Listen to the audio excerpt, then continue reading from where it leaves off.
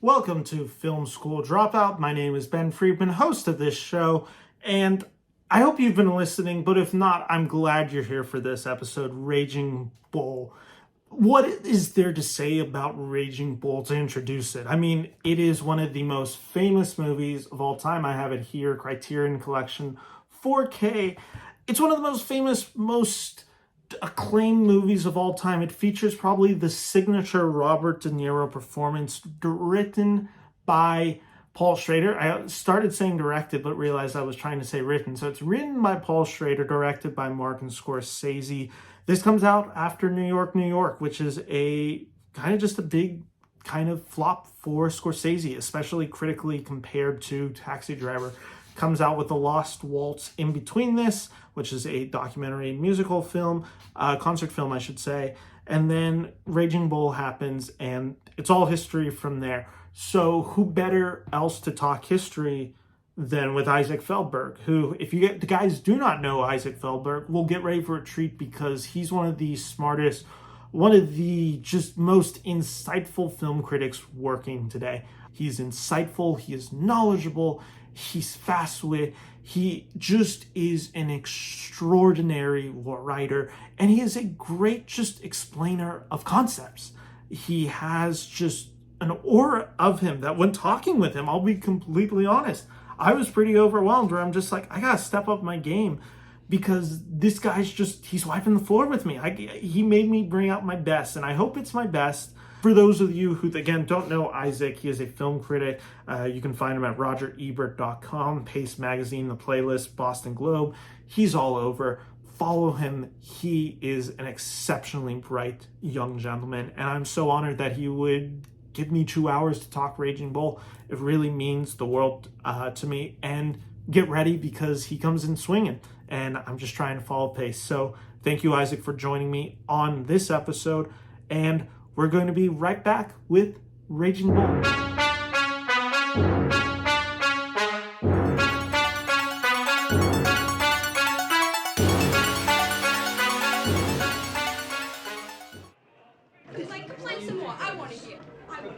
I want to hear. Called those carrots? That's right, they were Called carrots. that You ate them. food? Did you Called eat them? that food? Did I you got eat no them? choice. Look at you, I Ray. got no can't believe choice. I got no choice. You got no I'm choice. gonna go up there. Get in there. Get in there. I give you that knife from you. What? Hello, and welcome to the Beneverse Movie Channel. Today, I am joined for, is it the Martin Scorsese masterpiece? Is it his best film? It is probably one of his most notorious. I'm talking Raging Bull today. I got my Criterion 4K right here. I'm talking 1980s Raging Bull, the movie that is probably the quintessential, to some, maybe the crowning achievement of Scorsese's career. I am joined today by Isaac Feldberg, a Chicago-based film writer for RogerEbert.com, Filmmaker Magazine, and The Playlist, film critic at large. Isaac, thank you so much for joining me today for Raging Bull. Thank you for having me, Ben. Excited about this. I had some just like, I had some ideas for where this podcast was going to go, but I guess where I wanted to start with is just kind of admitting something to you is I haven't seen Raging Bull in well over a decade. I am 25. I think I first saw this film when I was 13 or 14, and I haven't revisited it since. So I was really curious going into this show what it was going to be like. We are recording this episode Saturday, September 2nd, 9:14 a.m. PST, and I watched this movie 6 a.m. This morning, which is a pretty bizarre thing to do, to wake up and start your weekend with that. But Isaac, I guess kind of the question that I wanted to just kind of kickstart this conversation with was, one, not only what is your relationship with Martin Scorsese, which is already a loaded question, but specifically, what is Raging Bull to you, in your own words? Wow, that is a big question to start us off with, even though I am 2 hours behind you, so I have no excuse for answering it in any kind of groggy way. But I think, to break that down, I would say that Martin Scorsese is one of the sort of reigning filmmakers in my mind who is capable of fusing his personal interests with a vast array of subject matter and doing so in a way that is passionate, that is incredibly well composed. He is so capable of translating these passions and agonies that he has onto the screen. And within that, he is one of the foremost Catholic filmmakers who is still working currently.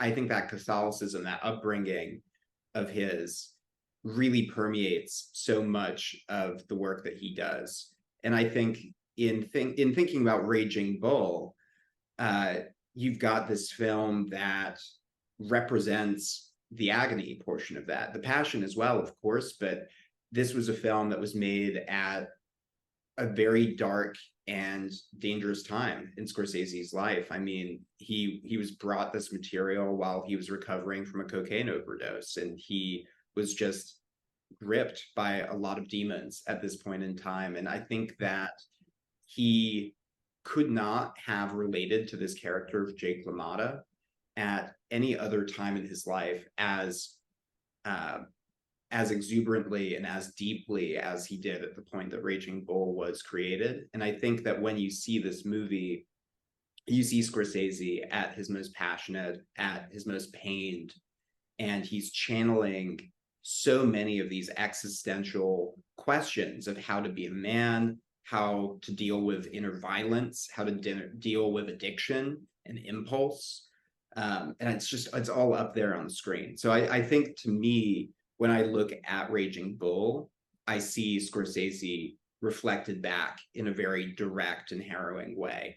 And that's something that I think it's very key to my relationship with him as a filmmaker, because of that connection that I find between his life and the screen. I think you hit the nail on the head with that idea. And it's especially important to note that Scorsese has a really rough end of his 70s. After the acclaim of Taxi Driver, which I believe is 75, 77, he follows it up with New York, New York, which is definitely not the critical praise that Taxi Driver received. It's actually fairly maligned. Over the most recent years, it's certainly kind of had a reappreciation towards itself, but it's still definitely not considered one of his higher moments in his career.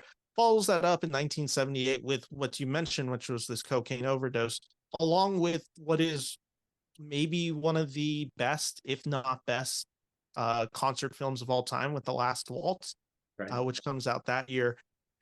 My kind of relationship with Raging Bull all just stems from the fact that, as you said, like, this is kind of Scorsese to a degree put on screen. And it's also why I have challenges with this movie. Again, not saying that I don't love this movie, because this is actually one of the most perfect biography movies you will ever see. It's just that there is a weird element when I'm watching this movie where I struggle not only revisiting it, I also struggle knowing what an artist has to be going through to achieve this art. Mm-hmm. This isn't the art of somebody who is completely well at that time. There are certain levels and exposures that this movie does and reflects on that is actually quite painful, and it's quite, maybe even to some degree, perverse. And yet at the same time, I'm so drawn to it. And it's also focusing on an aspect of it's always just hard to watch someone kind of suffering. Mm-hmm. And that is, to some degree, I feel that suffering that Scorsese is putting into this character. And it's one of the few instances that I have with that phenomenon. I don't know if you can relate to that. When watching this movie, I was just like, this is kind of grueling for me to get through, in a good way, and also in a way where I'm just like, it's going to be hard for me to revisit it again. There are some Scorsese films that I can watch endlessly, even really tough Scorsese films. I think Taxi Driver is actually pretty endlessly fascinating and rewatchable. Raging Bull isn't that for me. And it's that love that I have for this, and the respect and audacity that this film has on display, mixed with the challenge of I empathize with Scorsese at this time and just kind of feel heartbroken for him that he has to kind of wrestle this demon out of him. Yeah. Yeah. I mean, I think that that's completely true. I mean, when you look at the relationship between Taxi Driver and Raging Bull, as much as they're both portraits of alienation and of violence and of that impulse that we're talking about, Taxi Driver was this tremendous success. It was this film that really elevated Scorsese's name, and it gave him new tools and new resources and a lot more money to work with, and that really, was able to lead him towards something that failed in the way that New York did. But that was a period of time that was very painful, to use that word, for Scorsese as well. I mean, he was dealing after New York with not only just the commercial failure of that movie, but critical failures too. There was this point for him where I don't think he fully knew whether or not he was going to be able to make another movie. And there was a lot going on in his personal life at that time. You also mentioned The Last Waltz, and his relationship with Robbie Robertson. God bless him. He passed a few weeks ago, but one of his longtime collaborators, and the two of them, their relationship feels very key to unlocking Raging Bull in a way, given what happened after The Last Waltz, where he really left his family and just moved in with Scorsese on Mulholland Drive, and they started this legendary cocaine and sex and sex, drugs, and rock and roll binge that many of those kind of filmmakers at that time were embodying. And it ended with him in the hospital. It brought him to death's door. And I think that when you think about the mindset that Scorsese was in, when De Niro brings him the Jake LaMotta story, brings him the idea of doing this, because of course, I think you maybe mentioned this earlier, this very much started with De Niro wanting to do this character and wanting to do this movie. But Scorsese, I think he was laid low, but he had also tasted these highs of success in so many different ways. And I think he came onto that set with that rise and fall narrative in his head and the question of where he was in his own career at that point. And so I think that it goes a lot of ways into Raging Bull. It goes into the narrative of this character, and it goes into the formal adventurousness of this film, because, I think there's a lot to Raging Bull. You talked about how uncomfortable it can be to watch, where I just don't think that he thought he was going to get another chance to work in this way. It does feel like a director who's making his last film. Like, some degree, it's like everything that he's ever wanted to explore and everything that is so interesting about his career, pre-Raging Bull and post-Raging Bull. See, even like reflections that we see in Silence and the Irishman, his two latest films, pre-Killers of the Flower Moon, like those are just, you see everything that a man is trying to convey in one story in one man, and it's a difficult task to convey.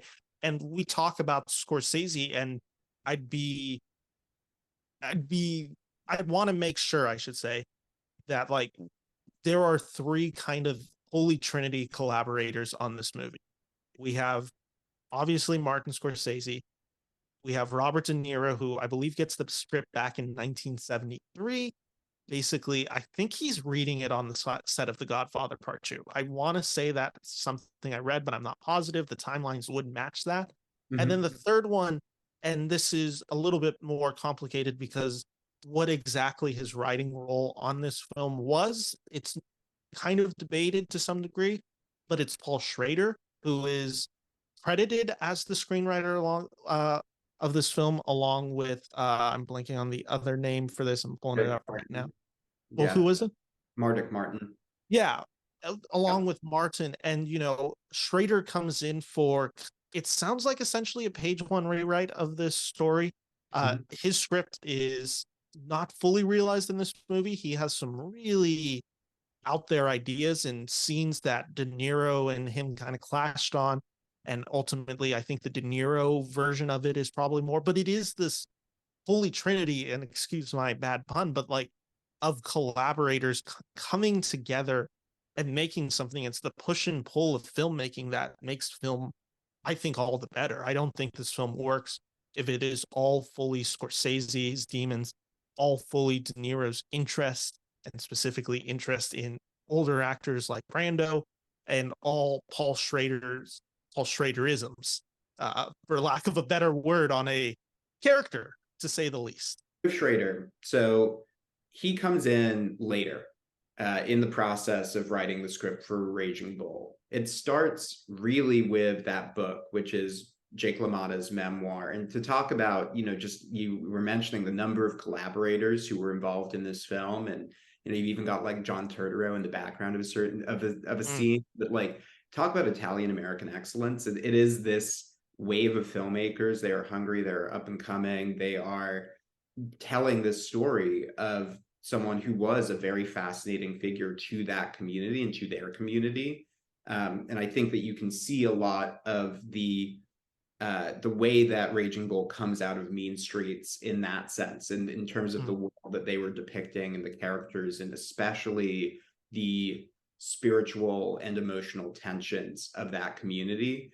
And that's where Schrader is such an interesting contributor for it, given his work on Taxi Driver with what he's become known for, that man in the room sort of filmmaking of someone who is locked in a psychological and emotional and a spiritual crisis with themselves, which I think is a very compelling way to look at Raging Bull as well. It is that kind of story. But the script really starts with Martin spending 2.5 years doing research into Jake LaMotta. And it's amazing to look at the film and look at how it really is these flashes, these vignettes of a life. And it does not show the entire Jake LaMotta story. It moves through time and it shows specific sequences that key us into him. But the original script that they were working with was much longer. It was much bigger. It was like there was so much more that ended up getting cut out of the Raging Bull script. But initially it was like, Jake as a child, like Jake's relationship with his father, like it goes this gamut. It was a much more of a conventional, birth to death biopic sort of approach. And Schrader had a lot of contributions there as well, and other things that he wanted to add in. I don't know if you've heard the story about the scene in the prison. Yeah, that was going to be one of the main notes I took away from Schrader's script. Yeah. I mean, talk about that for a minute, because I think that's as best as I can explain it, as I remember the antidote goes. Paul Schrader initially, in his Raging Bull draft, had this scene that was the scene where Jake gets arrested, and I believe the year is 1957. When we see him in the cell after he's thrown in by the two guards, in the movie as we have it now, is him having a breakdown and punching the walls and screaming. The original scene, as Schrader writes it and as he intended it to be, was Jake, as a kind of lowest point moment, begins masturbating in a prison cell, and then during that is trying to basically, envision something, but all that he can envision is him beating his wife. And that's kind of the sexual arousal that he is getting at. That may be a little off. I don't remember the antidote perfectly. I know Schrader has spoken about it, but that is at the very least the gist of that scene, which is a pretty disturbing scene in an already disturbing movie. And De Niro fought for the idea that Jake needs to basically be trapped in his own machoism. He needs to just be a weapon, essentially just trapped in a room and now forced to kind of just all that violence that he has put out to the world and to his loved ones is now contained in him, and only he can physically harm himself, which is the scene of him just bashing a wall. Well, I'm not that guy, right? He's not that guy. Like that's the whole thing of that I found so compelling to learn about is, is Schrader wanted to express sort of the sexual impotence of a character like that and tie it more directly to him trying and failing to masturbate in that moment. And Scorsese didn't like that because it isn't just about his sexual sort of shortcomings, his inability to really measure up to the standard that he has for himself in that way. Um, though his obsessive jealousy towards his wife is still one of the key parts of the movie. I think, by leading that specific side of his torment in that sequence, it actually boxes you more into this character who doesn't really know who he is or where he comes from, and has been embedded with this kind of feeling that he doesn't deserve the life he's had, despite every step of that being something that was a decision that he made, that was an impulse that he followed. And I just think that, that scene where, he's hitting the wall and you don't even really know why. I don't think he knows why, but he stops hitting the wall. He stops punishing himself in that moment. And it's one of those scenes I think is maybe where Scorsese kind of cracked what he wanted to do with Raging Bull. Yeah, the key to this movie is, I think, Catholic guilt in so much of it. And I think that scene is kind of, to a degree, it's almost repentance. It's him trying to exorcise a demon out of him, in some ways, where it is him literally trying to force the ugliness and combat it the only way that he's ever known how to do in his life. This whole movie is filled with Christian symbolism. And one of my favorite shots in this movie, and I think it's probably the defining moment of Raging Bull's cinematography, is the last Sugar Ray fight. I believe the year is 1951. And it's the scene where he's just up against the ropes. His arms are up like this, horizontal.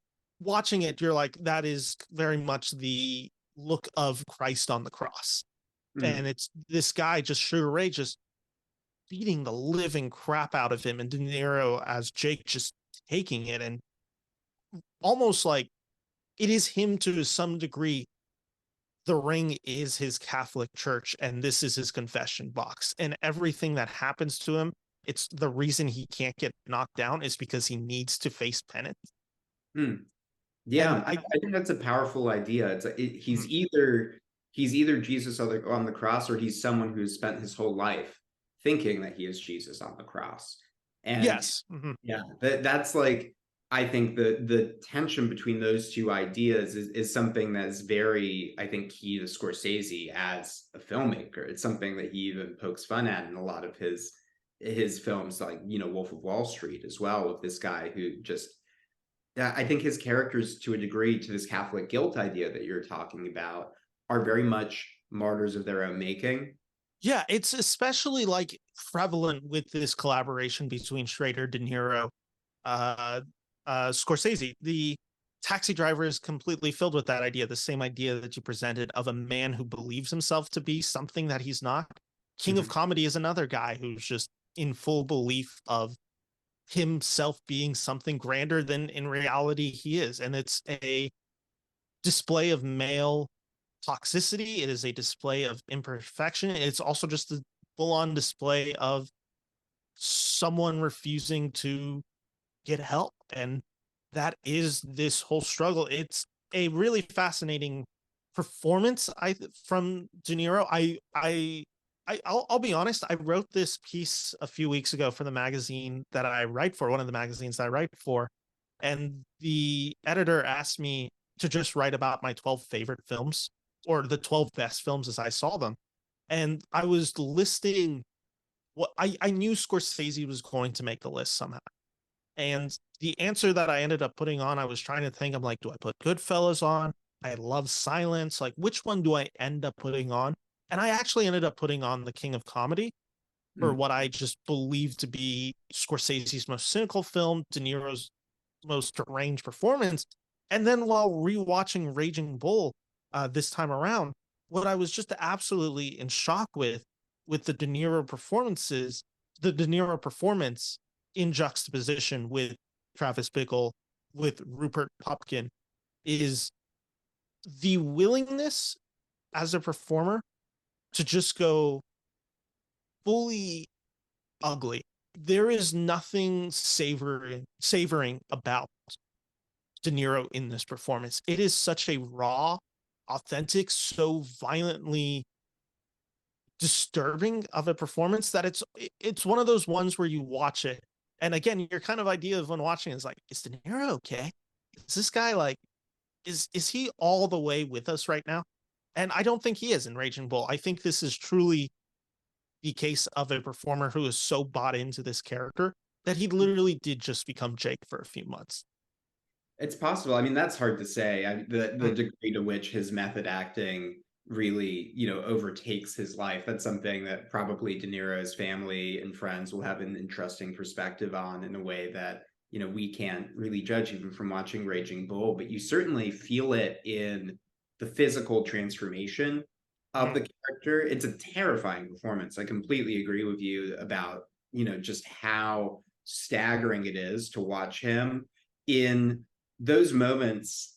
I think even more than when he's in the ring, when he latches on to some piece of dialogue, something that someone says to him, and he twists it, and then he amplifies it, and it becomes the only thing he can think about. He's a very obsessive thinker, which is something that very much plays to that character's benefit in the ring. But De Niro really shows you how he can never turn that off, which I think is a lot of what you're seeing there, is just the consistency of the psychosis of this character. I want to mention this. We were talking about collaborators on the screenplay, and Norman Mailer is not someone who I think is in any way really credited, but he was associated with the project, and he looked at multiple drafts of the script, especially when in that longer stage, and he was fascinated by LaMotta, as many people were. He was kind of this American figure in a lot of ways, his rise and fall. But when he met LaMotta at this bar, and he was like horsing around, they were getting drunk, and Mailer said, "I could have been a boxer, right? I could have been a boxer." And LaMotta like says back to him, "You could never have been a boxer. You're not disturbed enough." And I love that story, that anecdote, not because I necessarily agree with LaMotta, but because I know that LaMotta agrees with that. Like he thinks that, this skill that he had, this ability to inflict and take punishment in a certain way, whether or not it was a religious penance, as it is in the Raging Bull film, or whatever hole that filled for him in his life. I think there's a lot of self-delusion across all of Scorsese's film, but within that character and in the way that De Niro plays him, you can really see the moments where he is listening, but only so that he can then disconnect from reality and pursue his own grudge, his own vendetta. This is a guy who's like, he's always fighting a wall, even when he's sitting at the kitchen table. Yeah, it's this fascinating character study of Jake, who is this figure in boxing that is well known because of Raging Bull now, and kind of that transformation, that life that he lives. And it's also kind of this weird thing where it's just like everyone else around him becomes big boxers. I mean, Sugar Ray is arguably top 5 most famous boxers of all time, and they had 6 fights, I believe, in total throughout their entire career. Jake only wins 1 of them. And there's a scene in this where Pesci kind of humorously says, like, oh, the only reason he won is because he's going to war, like he's being drafted, like they were always going to give it to that guy. But it is this exploration of who this guy thinks he is in Jake, who De Niro believes Jake to be, which is, this is a guy who has everything not even given to him, but he has everything at his disposal. And he's this acclaimed fighter. He has this unique style that becomes quintessential in boxing. I mean, the idea of a slugger who can just take punches is very much like in the belief of that's a style of boxing now. And he kind of is front and center of that movement. And yet he can never get out of his own way. He's given every opportunity in this movie. And what I love about Raging Bull, and I think the brilliance of it, is there are multiple times, like, Jake is a extremely acclaimed boxer during his days. He is the champion for a handful of years, defends the belts, I believe, multiple times. Again, not positive on my boxing history, but from my understanding, he's a pretty acclaimed boxer. As I was kind of rushing up on him, and yet his legacy is kind of faulted by the fact that he himself couldn't get out of his legacy. It's the case of just he was so self-destructive in the ring. Yeah, I mean, it takes a mentality to be the guy who has LaMotta's fighting technique, which is literally to let the other person hit you in the face until they get tired, and then you go after them. Like, he is so confident in his ability to take the punishment before he dishes it out.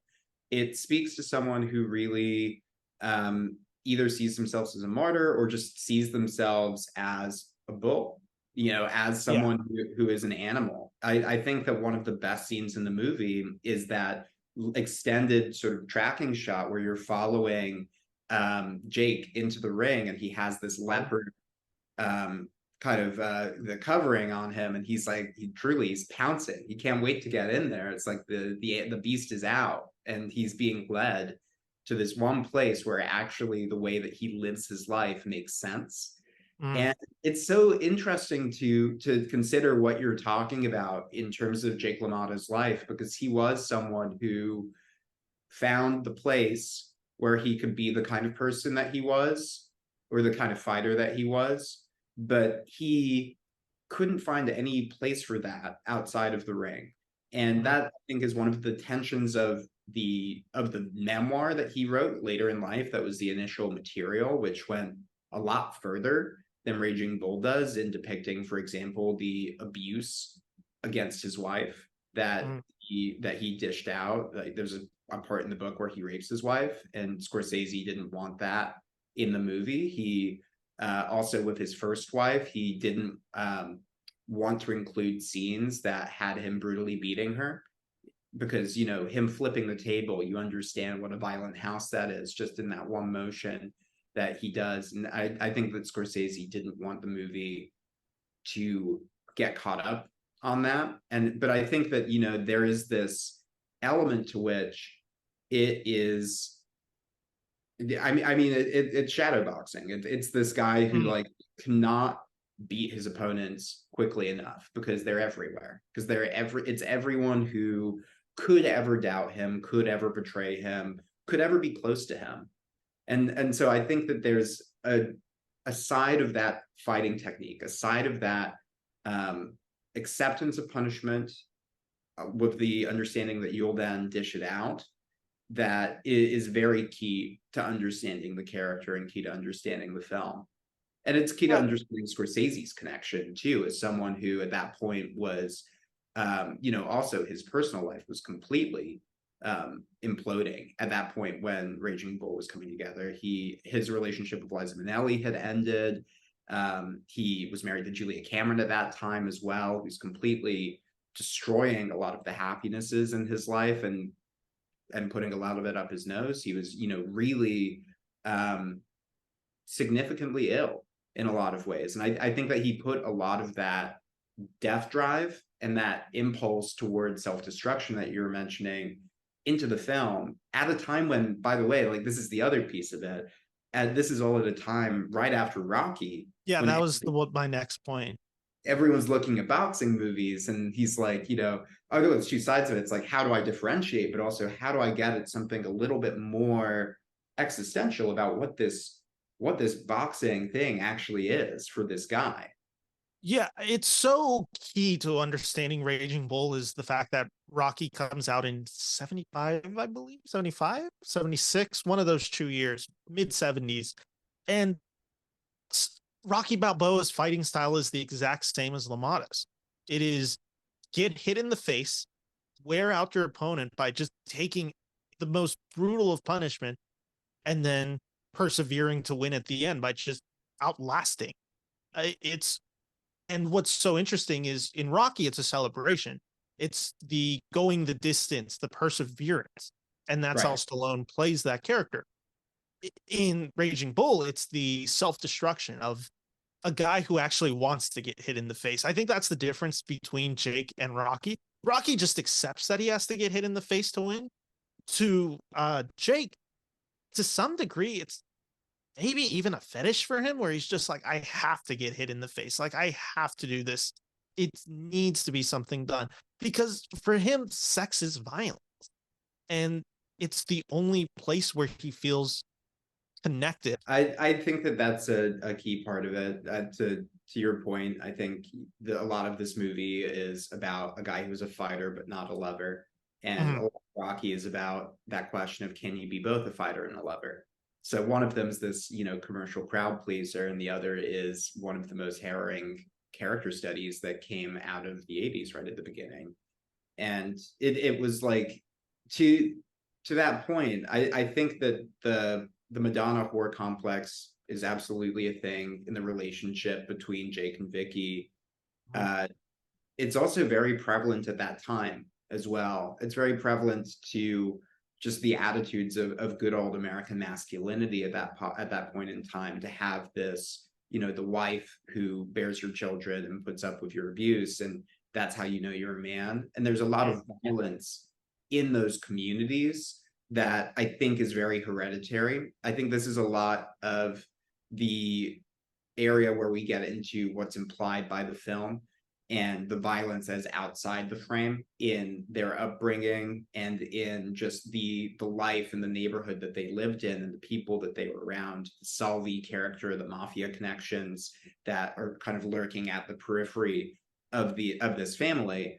But then you've also got this you've got this connection for Scorsese as well, where I think that he wants to put the violence between men and women into the background of every frame here. I mean, his mother's cross is the cross that hangs in their house. That's Scorsese's mother's own cross. It's like, I think that he wants to show the violence within this domestic home life in a way that is kind of like, this is the prize that this character has won, is this kind of life, because of the way that he's approached it, but also because that's what you did. And that's, I think, something that never satisfies him. I found the quote specifically from Freud, and it goes, where such men love, they have no desire, and where they desire, they cannot love, which is to many degrees, and this is definitely something Schrader has talked about, that is the central tension in Raging Bull, and you really feel it. The aspect of this movie that we really haven't touched on, and it's a good time to bring it up because of the family dynamics of this movie, is Joe Pesci as the brother, and his manager Joey, that's the name. This is a character that you understand how they're brothers, and one just seems a little bit better adjusted, but that same demon is in it. There are those violence outbursts that he has, specifically the scene where Jake's wife is in the club and Joey believes her to be flirting. And let me specify, it's Jake's second wife is in the club flirting. Joey believes her to be flirting and just attacks the guy in a just full-on fit of rage. Classic Pesci, just small guy, tough guy syndrome. And it's this moment where you realize, like, yeah, that doesn't happen. Like, Jake isn't the oddball out in this family. This is a family dynamic that has probably fueled with years and years and years of understanding this to be the norm. And that is the norm, specifically. Like, if you look at the age of this movie, which is the 1940s and 50s, when they are in their 20s and 30s, that means they're growing up post their fathers coming home from World War I, primarily. And that's the lives they live. There's so much PTSD explored, and in not exploring it or not getting it treated, it's the case of domestic violence is at an all-time high during post-war periods. You see it specifically during World War I, you see it high after World War II, and you definitely see it post-Vietnam. And that's all of these elements that Raging Bull is exploring. We never see Jake or Joey's parents, but you know everything about their relationship just solely on how Jake and Joey treat their partners. Yeah. Yeah. I mean, I think that if you can refine Raging Bull to an image, it is the image of Jake facing that prison cell wall with his Mhm. fists and twitching and just it's the twitch. It's the impulse to hit. It's like that desire, that violence is something that to me and to I think a lot of people at this time is very associated with the sins of the father and is very associated with the violence that you learn growing up. It's in him. It's in, as you're saying, it's in Joey as well, and it's in those characters. And I think that relationship is something that is really fascinating. That idea of the tension that builds between Jake and Joey, because they are close. It's the person who's closest to him in the entire world, but at the same time, it's this person who, because he has that proximity, is always within, you know, is within striking distance, to put it that way. And so Joey, you see it's this wonderful performances between De Niro and Joe Pesci. And I know De Niro brought Pesci onto the project after having seen him in another smaller movie called The Public Eye. Scorsese was not familiar with him really before he was introduced by De Niro. But to the way that they were able to build up in their scenes with each other, their kind of going back and forth, their arguments, and the way that you can especially see for Pesci, he is always trying to gauge how close De Niro, how close Jake is to exploding. Mm. And he is trying to calculate what jabs he can get in before he has to get out of the way. And that it's definitely one of those pieces of that puzzle, I think, for it. And also just to on that point with Joey and that character, I think it's worth noting that he was for many in many senses was Scorsese's way into Raging Bull, into how to Mm. tell the story, because there were so many drafts of the script that have been put together that he was not in. The memoir and the other books about Jake LaMotta had used that like kind of prism of a friend relationship to get at him, and he didn't really understand that. Scorsese didn't really understand how this person could have such visibility into the soul of Jake LaMotta as someone who just knew him as an acquaintance. And that's Schrader as well. Was Schrader's contribution was him digging around and finding papers that illuminated to them that Jake had a brother that was not widely known. And so that was sort of where that character came in. And I think that when you look at it through that lens, you can see this person who is like always trying to see Jake clearly, knowing that Jake is blind in a lot of ways to everything that's going on. But he has his own frustrations with that too, because his life has to be lived around all this broken glass. And so that's like one of the best parts of the film for me, is just seeing De Niro and Pesci circle each other. They're really sparring the entire film in ways like Yeah, they are in the boxing ring the entire film without ever actually being in the boxing ring. In some scenes, it's very clear that is the intention, where it's just the scene where Jake's just like, hit, just beat the crap out of me, and I don't care. And it's just like Joey kind of being in a situation where you're like, this isn't the first time Jake's asked him to do. Like he's hesitant, but he's like, this happens. It's the kind of bull in a china shop. Just something that will break everything in its way. And Joey understands his role is to be, as best as he can, a bull whisperer.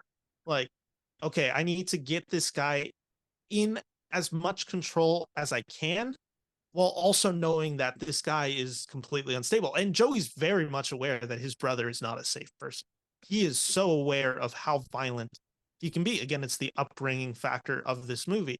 And from my understanding, in the original Jake LaMotta book, Raging Bull, from the early 70s, I don't think the brother is like mentioned more than once or twice. Like there's never the dynamic explored of he's actually, by and large, it seems like his manager during the period. What I also find so interesting, and it's this period of Martin Scorsese in the 1980s, and maybe it's consciously, maybe it's subconsciously, who knows, but it is very important to note that when this film releases, when it gets the acclaim, when it's about to win, handful of Oscars, I think 2 days before, John Hinckley Jr. shoots Jodie Foster. Or not, sorry, not, geez, that's the horrible history of it. Shoots President Reagan in honor of Jodie Foster. And I made an alternative timeline that is bizarre, but no, that's okay. I'm just glad I'm lucky. If now I feel very lucky we got Silence of the Lambs. yeah, exactly. She really It's recovered just, there. it's Yeah, that sort of question of media obsession and the question of just, what someone would be compelled to do by, seeing a movie like Taxi Driver that sort of positions that person, I think, very unambiguously as a psychopath and as a violent sort of monster in his own way and just a man in a box. But I think that, Raging Bull, to what we were saying earlier, is even more resoundingly clear about what Scorsese and his collaborators think about this kind of guy. the aspect of it, though, that I find so fascinating, and it's one you touched on right there, is this media sensation of it. And Raging Bull, while it's not the king of comedy, where it's not like a shocking portrayal of what media sensation can do and how someone wants to fantasize about celebrity, Raging Bull does explore this idea. Maybe even it's like under the surface, but it does explore the idea of Jake almost does understand this is his public persona. And he's to a degree embracing the role. And that's where the dangerous thing is. Like, is he Jake LaMotta if he is not a violent sociopath? Yeah. That's kind of the question that this movie explores, because the audience eats up the fact that he's crazy. Think that there is, I think that public personas, I think that, performance is a huge part of sports. It's, as theatrical in its way as a play. And I think that, Scorsese draws that line repeatedly in Raging Bull. I mean, and it's one of the parts of the origins of the film. I mean, there's a point in this very protracted development that we've been discussing where De Niro wanted to do a theatrical and film version of Raging Bull because it had such sort of that the world is a stage mentality to it. I think the film also draws this link where I think that Jake doesn't know who he is unless he's being told who he is. And I think that in the ring where he's being watched, the film draws that link directly with one of the best edits of a film in the 80s, where you get that smash cut from him saying that's entertainment to him getting slugged in the face. And, it is that element of the film that I think really does endure as well when you were thinking about media, is just that question of why people find this so compelling, why people find the sport of boxing so compelling, and why people find people like Jake LaMotta so compelling, which was an open question as the film was being pursued and produced. Even, Andy Albeck, who was running United Artists at the time that the film came out, called him a cockroach, called Jake LaMotta a cockroach. He did not have much of a public reputation in a positive light. People thought he was scum and that he was out and that he was down. It's like, why would you make a movie about this guy? And I think that much of what you're getting at there is sort of Scorsese's connection to the character, is this person who no one really knew because he didn't know himself. And what people knew were these different personas that he wore and this violence that he wore. And I think that you get a lot out of this movie when you think about how it is a movie about men measuring themselves by the violence they inflict. And that is something that, he is, you don't really see it directly in the film because it's more up close and psychological than that. But his career, all of his wealth and success is directly tied to how many times he took that punishment. And these are the rewards he has. You see that shot where he has this beautiful house, he has a Cadillac, he has a wife, he has kids. But then by that same token, this character that we're watching, who destroys everything that he encounters, that's all gone within 10 minutes of you seeing it. Within, I think it's even the next scene, he's getting arrested and thrown in jail. Like he is he's unable to hold on to what this media cycle tells him are the justifications for doing this kind of work, this kind of performance. And I think that that's where we find him, where we see the stand-up comedian Jake is this guy who he doesn't really know what to do other than just kind of rage in whatever venue is available about the strangeness of where he's ended up. Because in his mind, there's almost an "are you not entertained" sort of element. Yeah, exactly. Jake LaMotta, and I just don't think that he ever gets it.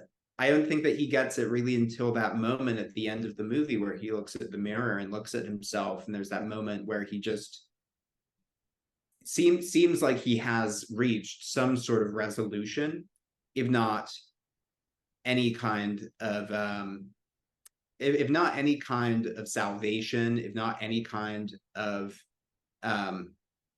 what's the word I'm looking for here? Redemption?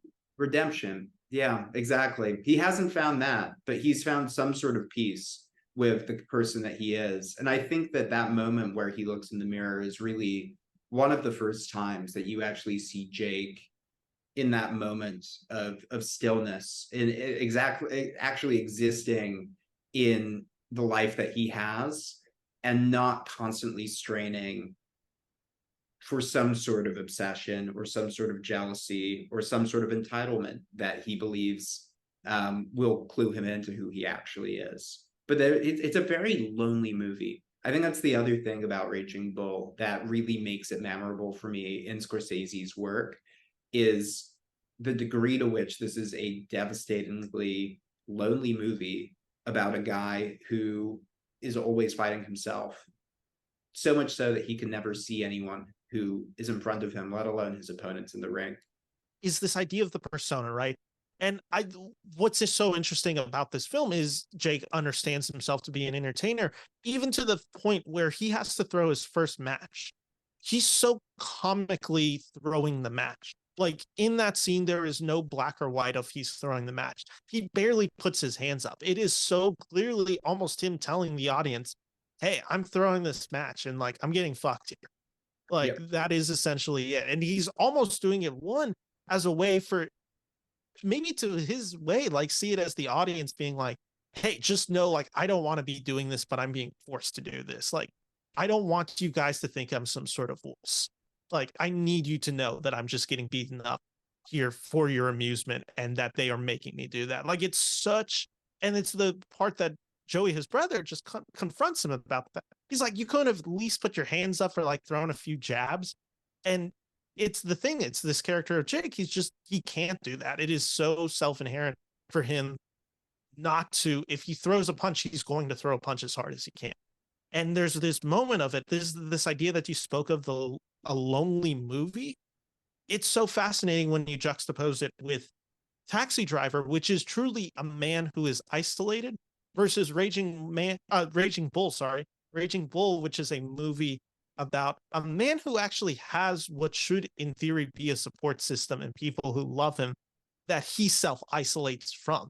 It is the exact same idea where eventually they both do find themselves in the same place, isolation.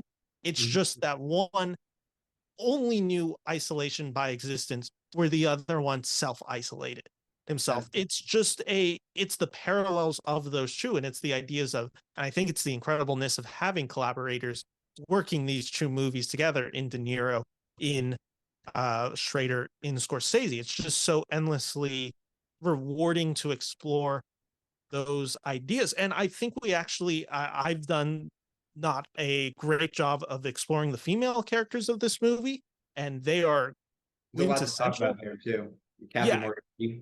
Kathy Moriarty as Vicky, Jake's second wife, and to a lesser degree, we do see Teresa Saldana as Lenora, who is Joey's wife in this movie. This film really does focus, and sorry, real quick, we should also just mention Lori Ann Flax, who plays Irma, Jake's first wife.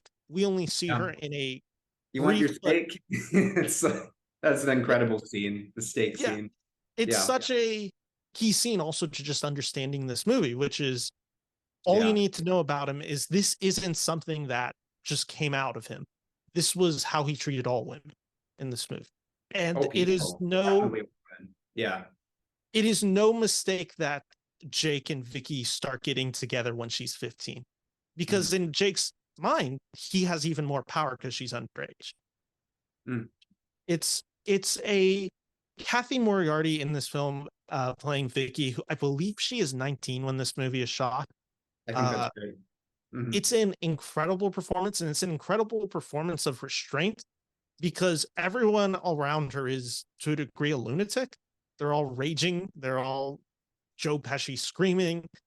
Everyone is so loud, even to some of the supporting performances from Nicholas Cosanta as Tommy, like, and even Frank Vincent as I Salvi. cannot pronounce his name, Salvi. Yeah. They're all kind of, so big in their performances. Vicky LaMotta by design cannot be big, and she takes ownership of that role and is able to just approach this with she's not a typical character in these dramas. I should say, like, this is not a standard biography wife or even like a standard case of abuse. She is far more interested in just how she contains herself and how she reacts off De Niro. I think containment is a big part of it. To pick up on that part of what you just said, I think like the great thing about that character of Vicky, you're right that she is younger, that she is impressionable, that she is in many ways sort of just led into this marriage with Jake. But she's fighting him in her own way every step of the way. Throughout the movie, she's always in her own sort of manner that she can accommodate.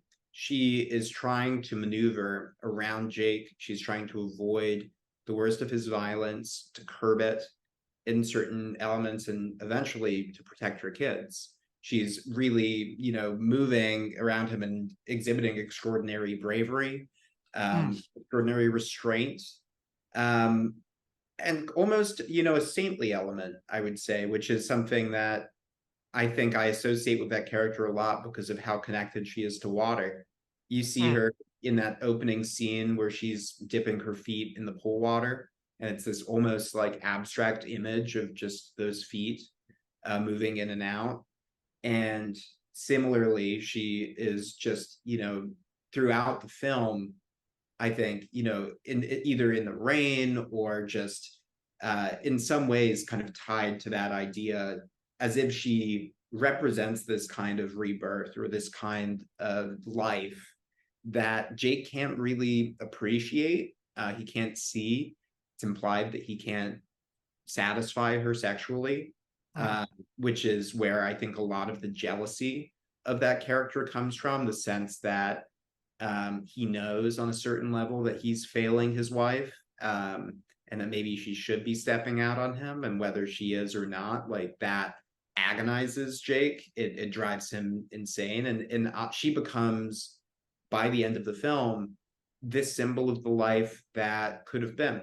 She's been there, and he has used and abused her at different points in time, but in that moment where she sees him in the parking lot and she's in the car and he tries to talk to her and she has the window mostly up and he sticks his hand in to try to reach her as she's saying, I'm leaving you. I'm getting a divorce. I'm going to have the kids. If you come by, I'm going to scream. Like, she's just completely done with him. She's so powerful in that scene and in that moment. And it's just this brutal moment of the hands that he can't reach her anymore.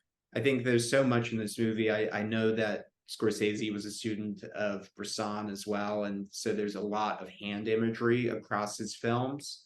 But in Raging Bull especially, like it's just this idea of the broken hand.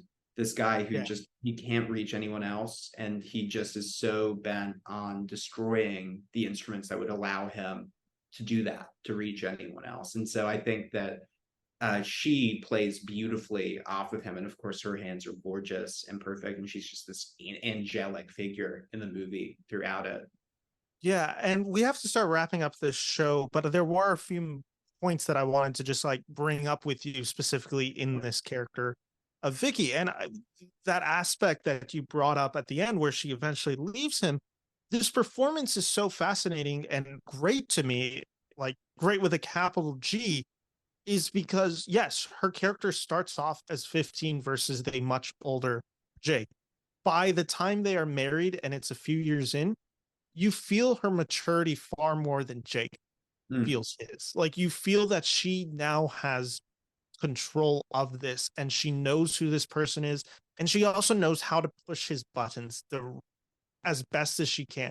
It is a performance of resilience in many ways because this is a woman who is never content with what is going on, but is always to some degree. By halfway through the film, you do feel like she is looking for exits and how best to almost get out. And there's that frightening, like the quintessential raging bull moment never happens in the ring. It happens when Jake breaks down the door when they're fighting. And I think it's the most devastating scene in this movie is this shot of them having the fight. He slaps her real quick. He's in his boxers and she locks herself in the bathroom and Jake just bursts through. Nothing. It doesn't feel like it was anything for him. He just walks through that door like a monster, starts hitting her, and then just for the second raises his fist in the air. Almost, saying like, I have the power. Whatever power you thought you had in this relationship right now, I'm stripping that of you. And I want you to know that I have the power to kill you. And then that rage eventually gets pushed to Pesci when he confronts his brother and they have the fallout, believing that her sarcastic remark that was so clearly sarcastic is true and that Joey really did sleep with Jake's wife. And it's such a harrowing, devastating, brutal scene. And it's the sum of it. It is the sum of Jake is this person who cannot control anything and he cannot think. He is not rational. And it is that moment where everything falls apart for him. It is that where he breaks down and has nothing left. And we get to the ending of this movie, which is extremely powerful, where he's quoting Marlon Brando's In the Waterfront. Is it In the Waterfront? Is that the title? On the Waterfront. He's quoting the I could have been a contender, all that. And it cuts to, which is something LaMotta did, by the way. What was that? LaMotta did that as well. Like that was right out of the biography, was quoting Marlon Brando. It's the moment he kind of essentially realizes he is a has-been and he's a hack. Like he is there to be a jester because the public persona of him now is, look at this guy who once was a great boxer and look how fat and ugly he's become and how pathetic he is. Like that is, and it's him embracing that moment is kind of the end of the film. And it ends with this devastating card, which is actually highly debated. I don't know if you knew this. It was highly debated between Scorsese and Schrader. Schrader does not like the end card of this. I believe it's Second John. No, what is First John? I think it's First John. I think it's fourth. Which one is it? Fourth John? Okay. It's essentially the line of I was blind, but now I see. Or again, I don't know my biblical references that well, but it's something along those lines. If you've seen the movie, you know exactly what I'm talking about. Schrader thinks that ending's too optimistic. And Scorsese did. And that's kind of where this movie wraps itself. I don't want to keep you over.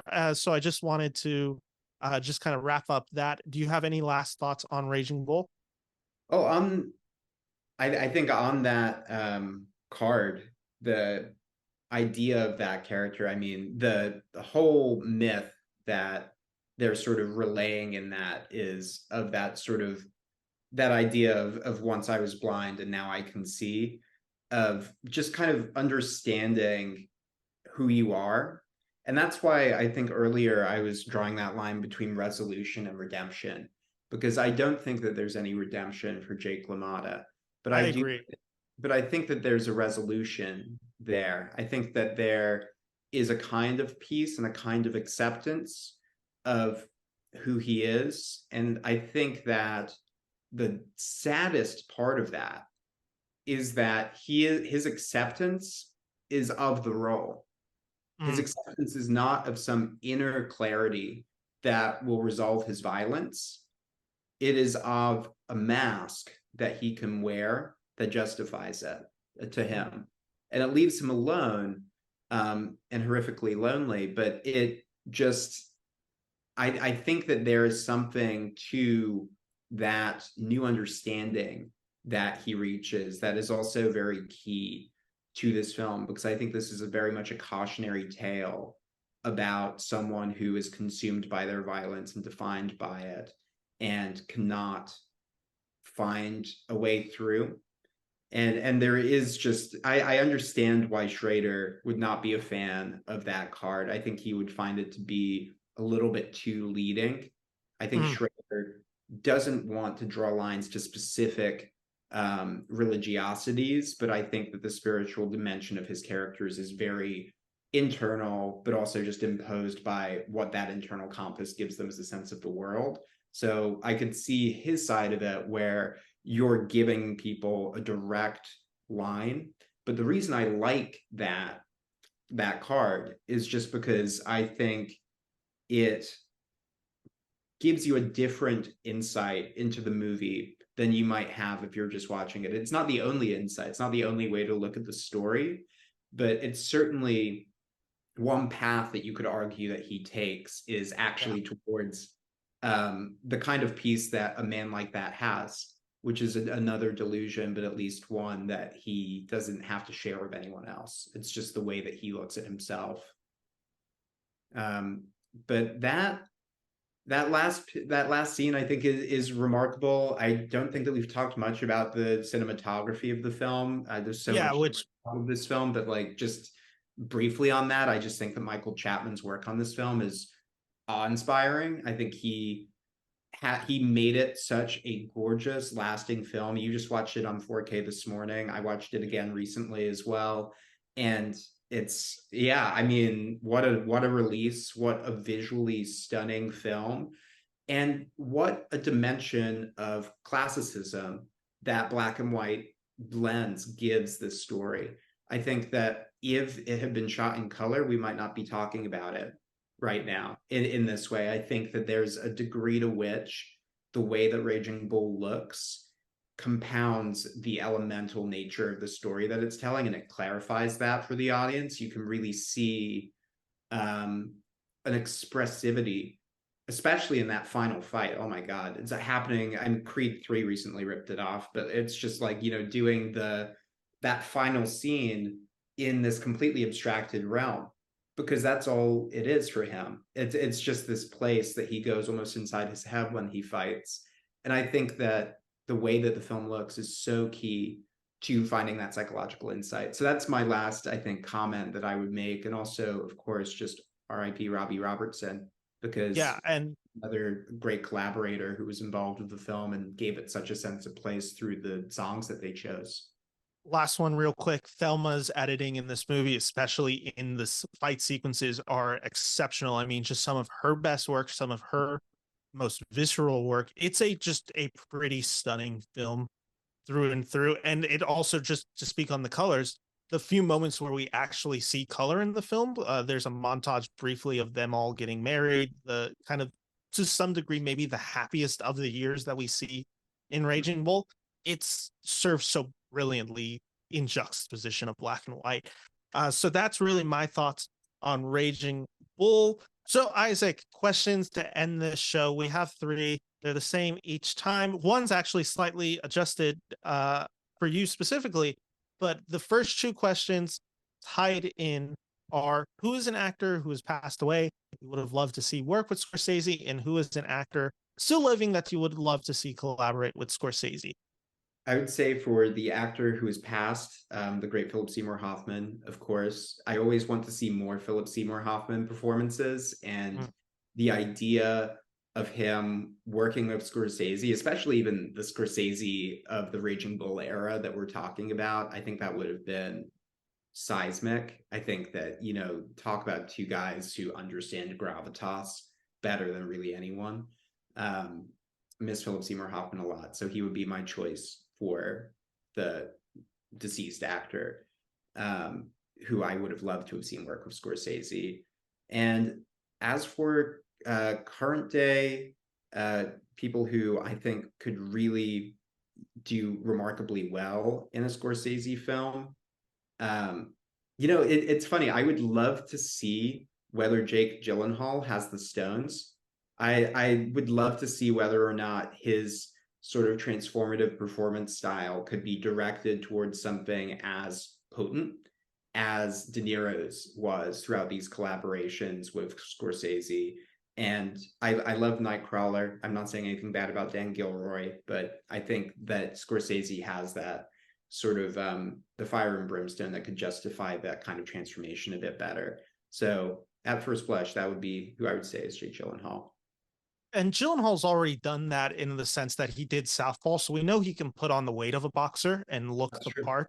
It's just Southpaw was, at least in my opinion, a at best decent movie where At best. belief of Scorsese doing a movie. I actually kind of went the same way in approach where it was just like, who could have been in Raging Bull at some point in their life? And it is just kind of the lazy answer to some degree, but it's like, and I don't think it's ever happened at the very least that I'm aware of.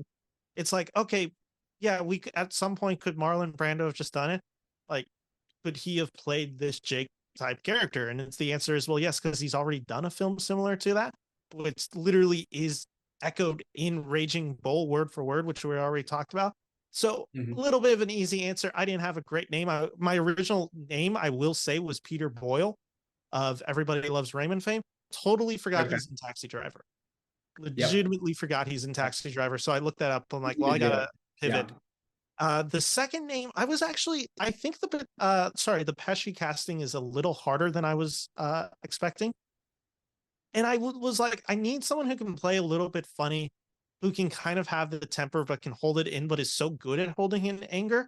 And it probably popped up because at 5:50 a.m. when I woke up right before watching Raging Bull, I went on TikTok real quick, and a Bill Burr clip came up of him in the King of Staten Island, where he plays the firefighting, and it's the scene where he's just raging at Pete Davidson, and he's yelling at the kid like, "The streets walk where you're walking both ways." And I'm like, Burr is such an interestingly good dramatic actor in the limited roles that you've seen him in, whether it's Breaking Bad, Mandalorian. I think he'd be great in a role like this. So those are my two. And then the last question, we changed this for something that we might be working on down the lines, but instead of top 5 Scorsese, top 5 De Niro performances. That is so tough. It is an impossible list, and I don't feel confident in mine. Okay, I'm just gonna go through them. I think that I've got to go with Raging Bull, number 1. Yeah, I that's where my consensus is leading me to. And number 2, King of Comedy. That's also my number 2. We'll see if we line up. Number 3, I would say Heat. I'm still kind of working on my list. I think Heat is on my short list. I think it's like 6 or 7 for me right now. I would say Mean Streets. For 4. For me, I love that movie. I know it's like one of those lesser loved Scorsese films, but I think the authenticity of what they do there, and at the same time, the iconography that they evoke, I think it's some of his most towering work and some of Scorsese's most towering work. It's just like this. I think that movie will be reappraised again and again and again. It's also 50 years old, I believe, this year. So there's that. Yes, and it's having its Criterion release. That's right. That's right. And I think November. Yeah. Cannot wait for that. Yeah, no, that's an instant buy 4K on that. Incredible. And then 5 is so funny because he's just like one of the greats. Like I could say The Godfather Part 2 here. I could say Taxi Driver. I could say Goodfellas, Casino, Deer Hunter. I could say all of these movies that he is just sensational in. But I'm going to go maybe a bit sacrilegious, maybe a bit jumping the gun, and I'm going to say number 5, The Irishman, because I think that his performance there is Yeah. so key to why that movie worked for me. I know it does not work for everyone, but I think that it's also a fascinating comparison of the real weight he gained for Raging Bull and the more digital prosthetics that he employed for The Irishman. But I think he understands how to carry himself in each of those eras in a way that very few actors know how to respond to that kind of digital interference with their appearance. I'm so mad at myself that I didn't even throw in The Irishman in my honorable mentions. I'm looking at it and I'm like, the issue with this list is this could easily be top 5 Scorsese De Niro performances, and it would probably align with top 5 Scorsese, or sorry, De Niro performances as well. At this moment, I agree with you. I have Raging Bull at number 1. I have Rupert Pupkin from King of Comedy at number 2. Number 3, I am going to put Travis Bickle on there. I think that performance is astonishing. And the more I've rewatched it, the more I've just love what he has achieved. And I'm recording that podcast actually in the next few days. So I've been rewatching that one. As much as I've only watched Raging Bull once this time in preparation, I've now watched Taxi Driver 3 or 4 times, which maybe says about a lot about me currently. So Taxi Driver is my 3. I think I have Godfather Part 2 at number 4. I think that performance is, especially for basically one of his earliest performances, is astonishing. And the fact that he is able to make his own character that Marlon Brando already made famous and does a new interpretation of it is something incredible. My honorable mentions were Heat, Midnight Run, and I'm either going Untouchables or Irishman at number 5. I think Untouchables is the first moment I ever saw De Niro.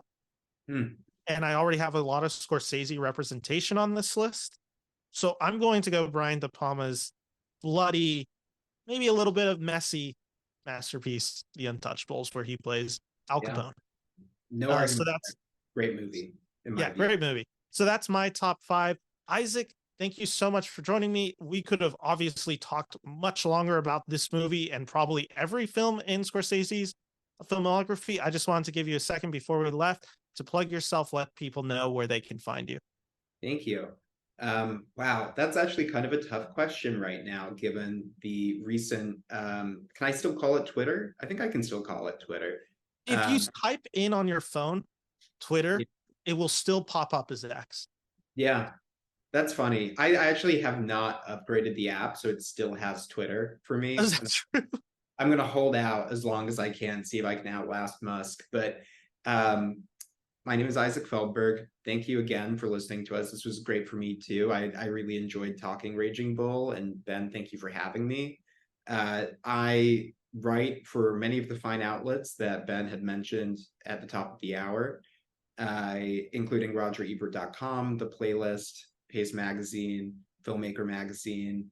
But you can follow all of my work on Twitter /X/whatever, The Musk Show, whatever that is, at Isaac Feldberg. And I try to be diligent about sharing everything out there. Perfect. Thank you all for listening. Isaac, thank you for joining me for this episode of Raging Bull. We will be back tomorrow with the 1982, and I'll fully admit it, one of my favorites of Scorsese's, The King of Comedy, with my dear friend Brian Rowe joining me for that episode. Thank you all for watching. Take care and bye-bye.